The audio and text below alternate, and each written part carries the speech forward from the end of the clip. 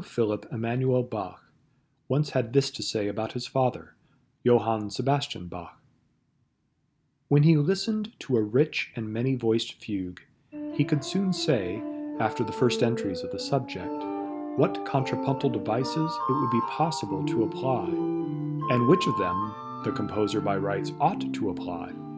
And on such occasions, when I was standing next to him, and he had voiced his surmises to me, he would joyfully nudge me when his expectations were fulfilled.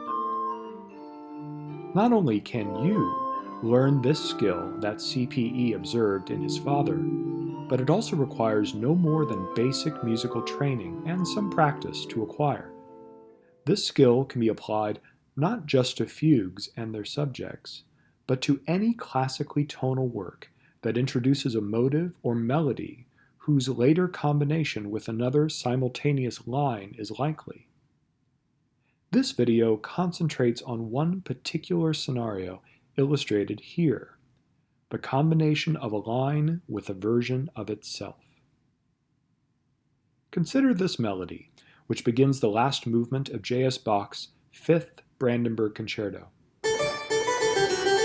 In the classical tonal style, any melody can be combined with a transposed version of itself to form parallel thirds or sixths.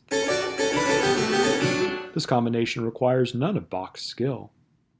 What does is the combination of a line with a later version of itself, perhaps transposed, perhaps not.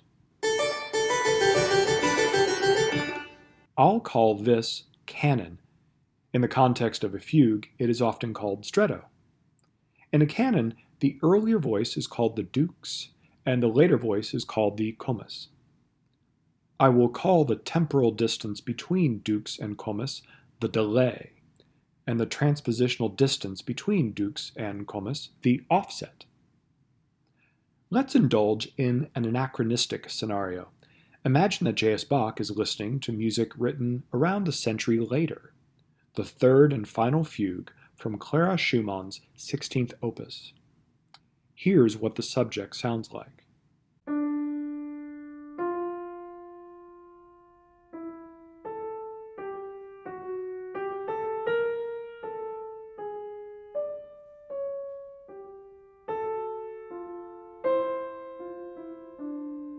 To discern the canonic potential of its subject, first concentrate on the beginning, restore all displacements, and disregard any accidentals.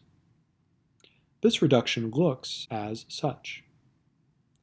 Second, choose a delay for the possible canon. I'll start by choosing a half-note delay.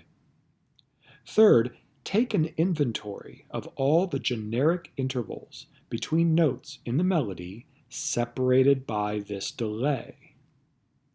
Note that these intervals are not the intervals between adjacent notes, but rather the intervals between notes whose onsets span the duration of the delay, in this case, a half note.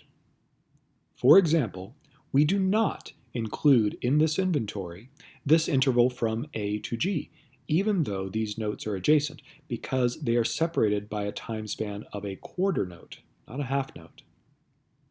Now, this G and the next G do span a half note. However, either of these notes could be treated as an unaccented passing tone in Schumann's subject, so the canon could be dissonant at this point. Therefore, this unison interval does not have to be considered. Lastly, form an ordered group of notes by projecting this set of generic intervals from the melody's first note. Since it is as if one is pulling the melodic thread through the first note, compressing the melody's fabric into a tight bundle toward the beginning, I'll call this ordered group of notes the gather. This gather can tell the savvy listener much about this melody's canonic potential at a half-note delay. Let's look closer. Foremost, if the gather cannot fit within a generic seventh chord, as in this case, then a canon at the chosen delay with even just the chosen part of the fugue subject is likely to be unidiomatic for any offset. Here, these notes of F, C, G, and B cannot fit within a seventh chord. Correspondingly, although Schumann uses stretto in this fugue, she never uses stretto with a half-note delay, as predicted. Let's instead choose a whole note duration for the time delay. Using this delay, let's gather this melody. Here are the intervals between notes separated by the time span of a whole note, and here we gather those intervals. In this case, the gather has only the pitches E and F.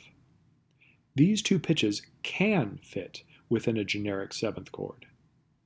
Now the motto in this video's title comes into use: fifth above, third below.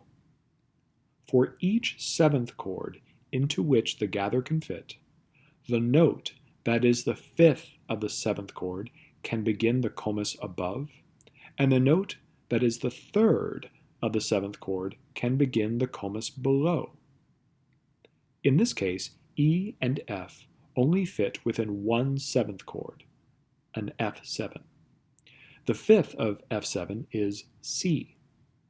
If the comus begins on C above and a whole note later than the dukes, starting on D, then the canon has a good chance of being well formed.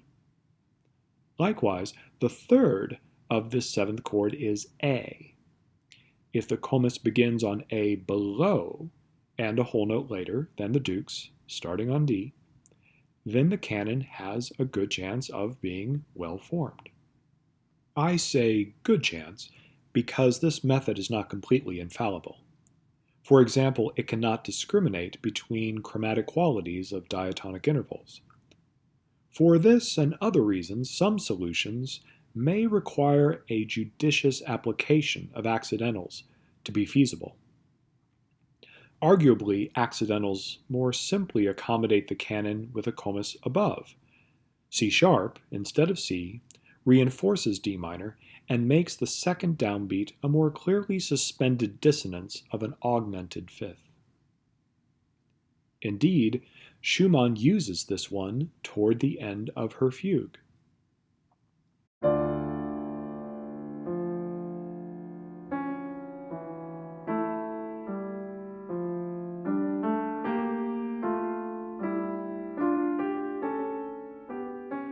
Here, I am making the gather for a canon with a double whole note delay.